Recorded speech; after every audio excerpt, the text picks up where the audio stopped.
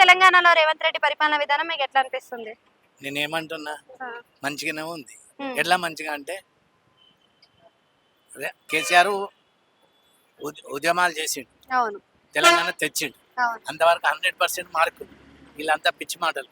ఉమ్, కానీ ఆ అప్పులు తెచ్చిండు, అందరికి వంచిండు, ఉమ్, ఉన్నోనికి లేనోనికి అందరికి ఇచ్చిండు. ఉమ్, పైసలంతా ప్రజల మీద అప్పు చేసిండు కేసీఆర్. ఉమ్, పంచుడు కూడా గరీబోనికి 10 రూపాయలు ఇచ్చిండు, ఉన్నోనికి 20 ఇచ్చిండు. ఉమ్, పూర్వకాలంలో పల్లెటూరు కేసీఆర్ భాషలో ఏం దొరికినా ఉమ్, లేనోనికి ఏమో కోన్ని కోసి పెట్టిండు, ఉన్నోనికి గొర్రెం కోసి పెట్టిండు. ఉమ్, దాని వల్లగానే అప్పులు ఎక్కువైనాయి. ఉమ్, మొత్తం పూర్తిగా లేనోనికి ఇవ్వాలి, ఉమ్, కానీ అట్లా చేయలే. ఉమ్, డబుల్ బెడ్రూమ్లు అన్నాడా? ఉమ్, డబుల్ బెడ్రూమ్లు ఏం చేశాడు?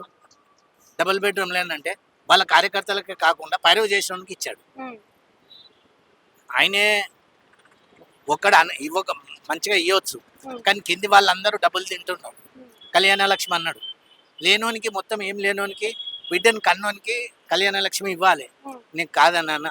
ఓకే, కానీ అందులో ఏంటంటే బీసీ ఎస్సీ ఎస్టీ అంటాడు. అందరికీ అనే వారికి ఏమవుతుంది కదా, బీసీ వాళ్ళు కోట్ల అధిపతులు ఉంటారు. ఉమ్, ఆ అధికారి దగ్గరికి పోయి 1000 ఇచ్చకాడ 2000 ఇస్తాడు, లేకపోతే పొలిటికల్ ఇమేజ్ తోటి అధికారులు తప్పు చేస్తున్నారు. ఉమ్, రాజకీయ నాయకులే లంగల్. ఉమ్. డైరెక్ట్ చెప్తున్నా, మీరు అంటే ఇప్పుడు రేవంత్ రెడ్డి పరిపాలన బాగుందా? మంచోడాడు. రేవంత్ వాడు పరిపాలన చేసేది కరెక్టే. ఎందుకనంటే వీళ్ళే దొంగ నాటకాలు ఆడతారు. మొన్న కిషన్ రెడ్డి పోయి మూసినలే అన్నాడు, వాడు బంజారాలో అంటాడు. ఆ, మరి ఎందుకండి ఉన్నోని ఎందుకు తప్పుడు మాటలు చేస్తారు? అవును, తప్పు మాట చెయ్యొద్దు. ఇప్పుడు రేవంత్ రెడ్డి మూసి మంచిగా చేస్తా అన్నాడు, సరే చేస్తాడో చేయడం మనకు తెలియదు, కానీ సపోర్ట్ చేయండి. ఉమ్, వీళ్ళ బీజేపీ వాడు టిఆర్ఎస్ ఒకళ్ళు సరే సంథింగ్ పార్టీలు అన్నీ ఉంటాయి బాగుంటది అన్న. టైం ఇస్తే బాగుంటది అంట. టైం అని నేనేమంటున్నా, ఆడ కట్టినప్పుడే టైం లేదు. అది కట్టించిన వాళ్ళు ఎవరు? రాజకీయ నాయకులే. కానీ వీళ్ళేమో కాంగ్రెస్ వాళ్ళే పర్మిషన్ ఇచ్చారంటారు. నేను అట్లా కొన్ని ఉండొచ్చు, కానీ కొన్నిట్లో మాత్రం ఎవరైనా కానీ అది పొలిటికల్ వాళ్ళే చెప్తే, రాజకీయ నాయకులు చెప్తేనే అధికారులు చేస్తారు. అధికారులకు జైలు చేయొద్దు, గార్జీనా కొడుకులకు వీళ్ళకు చేయాలి. వీళ్ళే రోడ్లు వేయిస్తారు, ఆ గుడిసెలేమని చెప్పేది వీళ్ళే, మళ్ళీ కరెంట్ ఇప్పించేది రాజకీయ నాయకులే, మా లైన్ ఇచ్చేది రాజకీయ నాయకులే.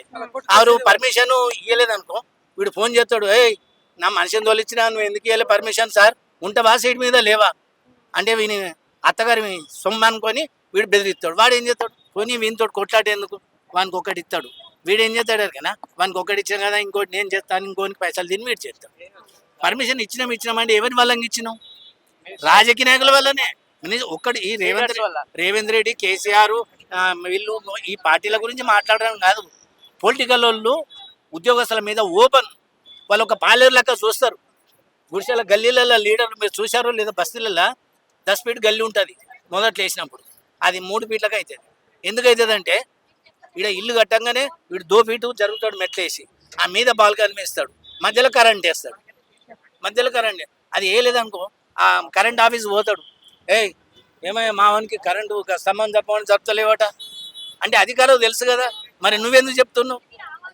అట్లా చెయ్యనియరు వీళ్ళు. పొలిటికల్ వాళ్ళే దీన్ని 2 వైపులా ఆడుతున్నారు. రేవంత్ రెడ్డి మంచోడో చెడ్డోడో మనకు ఆయన ఏం చేసిండు అనేది నేను తింటలేడని కాదు. మరి లేకపోతే చింతమాడ కాడ కేసీఆర్ ఎన్ని ఎకరాలు ఉండే, ఇప్పుడు ఎన్ని ఎకరాలకు అయింది? ఫామ్ హౌస్లు ఎందుకు అంటారు? అందరూ ఫామ్ హౌస్లు కట్టుకుంటున్నారు. ఏమో నిజాం సర్కార్ వీళ్ళు? ఇక్కడ పండనికి మాకు జాగలేక 50 గజాలు ఏడుస్తున్నాము, 100 ఎకరాలలో ఉంటున్నాం. ఇప్పుడు ఈటెల రాజేంద్ర ఏమంటాడు, నేను ఒక బీసీని అంటాడు. మరి నీ బిడ్డ రెడ్డికి ఎందుకు ఇచ్చినవరా? నువ్వు ఒక చేపలు పట్టేటోనివి. హుజరాబాద్లో వాళ్ళ నాన్న బట్టలు వేసుకొని చేపలు అమ్ముకొని బతికేటోడు నువ్వు బీసీ. ముదిరాజు నేను ఒప్పుకుంటా. మరి నీ కొడుకు బీసీ బిడ్డను ఎందుకు చేయలేదు? మళ్ళీ నువ్వు బీసీ అని బీజేపీలో ఎందుకు పోయినావు?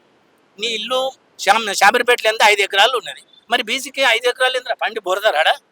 మాకు ఒక్క రూమ్ లేదు, మా పెళ్ళానికి అంటే మాకు లేదు, మాకు అంటే నా బిడ్డ లేదు, నా కొడుకు లేదు.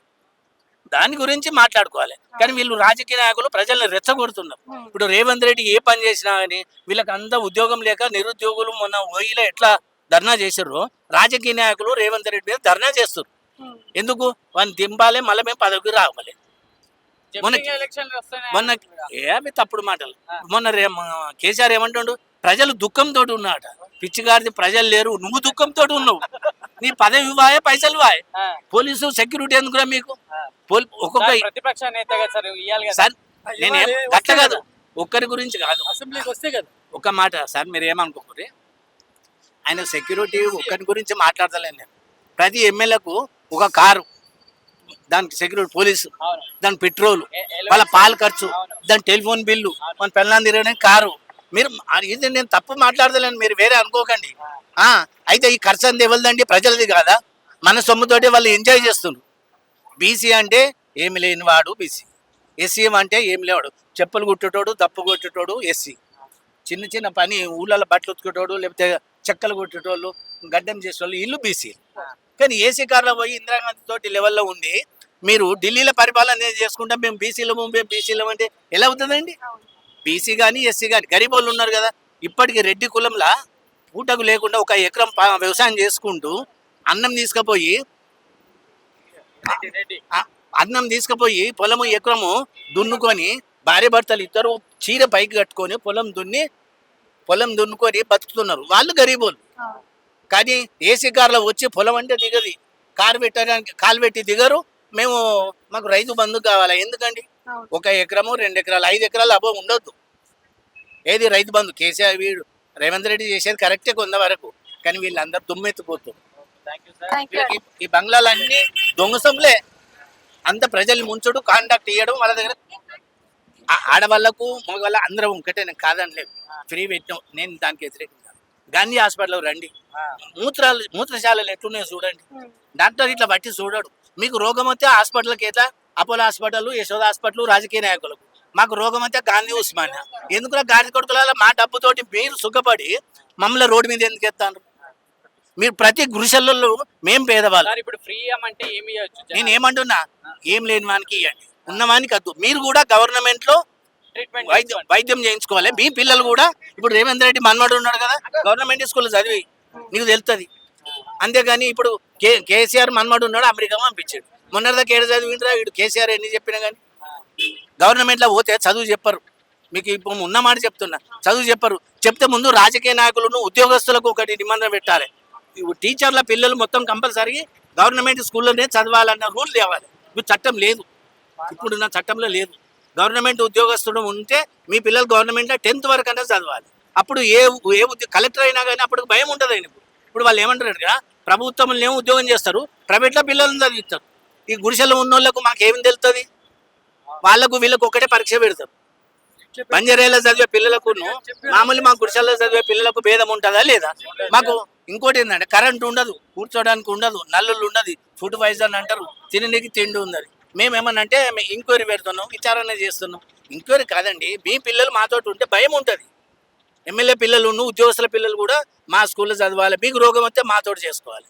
మాకు రోగం వస్తే గవర్నమెంట్ స్కూల్ పోతే ఓపీ చీటీ రాసుకెళ్ళిపోమంటాడు. 1 గంట కాగానే బంద్ చేస్తాడు. మరి 2 గంటలకు రోగం వస్తుంది, మేము ఎక్కడ పోవాలండి? మరి అదే రాజకీయ నాయకులకు వస్తే డైరెక్ట్ అపోలో హాస్పిటల్ పోతారు, పోగానే తీసుకుపోయి లోపల కేసీఆర్ 2-3 సార్లు పడ్డాడు. మరి సోమాజ్ కూడా యశోదకి ఎందుకు వేయండు? మరి ఆయన కట్టించిన ఏం లేదు కదా, చంద్రబాబు ఖాన్కి అప్పుడు ఎట్లా కట్టించినా వీళ్ళు కూడా కట్టించారు కదా. ఇటువంటి అన్ని ఏంటంటే వాళ్ళు చేసి చిన్న చిన్న వాళ్ళను రెచ్చగొడతారు. వీళ్ళకి తెలిసి తెలియకపోయి రాళ్ళు కొట్టుడు, అద్దాలు వాళ్ళు కొట్టుడు ఇవి చేస్తారు. అది కరెక్ట్ కాదు. ముందు వైద్యం విద్య ఫ్రీ చేయి. నువ్వు ఆడల గురించి నేను మొగల గురించి అనలేదు. నువ్వు ఏ స్కీమ్ పెట్టకు. పెళ్ళాన్ని చేసుకున్నాడు చీరలు ఎవరా గాంధీ కొడుక కేసీఆర్ అంటాడు. అడుగు మనకి బుద్ధి ఉన్నదా? సిద్దిపేటలో పుట్టిండు కానీ ఊళ్ళో పుట్టినాడు. నేను కాదా నాన్న, మాది కూడా సిద్దిపేట కాబట్టి చెప్తున్నా. మరి అటువంటిప్పుడు ఒక చీర లేకుండా 500 రూపాయలకు ఒక చీర ఖరీదు చేసి 100 రూపాయలు 100 రూపాయల చీర స్టీల్ బాసాలకి ఇస్తే కూడా తీసుకోరు. మరి అటువంటి చీరలు నువ్వు ఇచ్చి నేను బతుకమ్మ చీరలు అంటే ఆడవాళ్ళకి ఏంది? దానికి ఒక అర్థం ఉండాలి కదండి. నేను అనేది మీకు తప్పులు కావచ్చు, కానీ మనసు బాధ ఉంటుందండి. డబ్బు అంతా 340 కోట్లు పెట్టి చీరలు నేర్పిస్తే ఆడవాళ్ళు కట్టుకోవడానికి పనికిరాదు.